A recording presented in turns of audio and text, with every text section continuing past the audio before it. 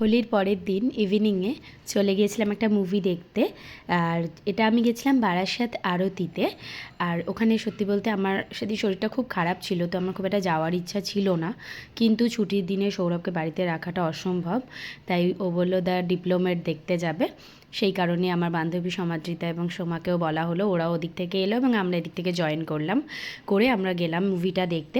মুভিটা কিন্তু সিরিয়াসলি আমার খুব ভালো লেগেছে।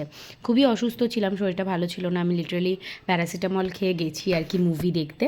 বাট মুভির ব্যাপারটা আমি ছাড়তে পারি না, আর সেই কারণে বাড়িতে থাকতেও সত্যি বলতে ভালো লাগছিল না। ছুটির দিন সিনেমাটা দেখতে যাই। তোমরাও যদি পারো নিয়ারেস্ট সিনেমা হলে এটা অবশ্যই দেখো, আদারওয়াইজ এটা কিছুদিন বাদে নেটফ্লিক্সেও চলে আসবে, দেখতে পারো। মুভিটা কিন্তু খুব ভালো হয়েছে, আর এটা একটা ট্রু স্টোরির ওপরেই ডিপেন্ড করে মুভিটা হয়েছে।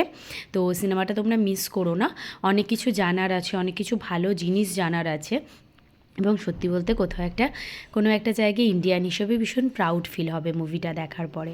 আমার তো খুবই ভালো লেগেছে। তোমরা যদি না দেখে থাকো দেখে নিও, আর যদি দেখে থাকো তাহলেও অবশ্যই জানিও যে তোমাদের মুভিটা কীরকম লেগেছে। আজকের এই ভিডিওটা খুবই শর্ট ভিডিও, কারণ সত্যি কথা বলতে শরীরটা এতটাই খারাপ ছিল যে এরপরে আর কোনো রকম প্ল্যান কিছু ইচ্ছা করছিল না। আমি জাস্ট কোনো রকমের খাওয়া দাওয়া কিচ্ছু প্ল্যান করিনি, ওখান থেকে মুভিটা দেখেই সোজা আমরা বাড়ি চলে এসেছি। আর আমি এটা দেখতে গিয়েছিলাম আরতিতে, স্টার মল আরতি, আর সানসিটি মল আরতিতে। আর দেখতেই পাচ্ছ মানে আমি সব জায়গাতেই জিমাচ্ছিলাম আর কি, যেখানে যাচ্ছি চুপচাপ বসে পড়ছি, কিছুক্ষণ বাদে চলে আসছি, এরকম একটা সিচুয়েশানে আমি মুভিটা দেখতে গেছি। অল ওভার মুভিটা আমার খুব ভালো লেগেছে। রেটিংয়েও যদি আমাকে জিজ্ঞেস করো 10-এ আমি 8/5 মানে 8.5 or 9 আমি দিতেই পারি।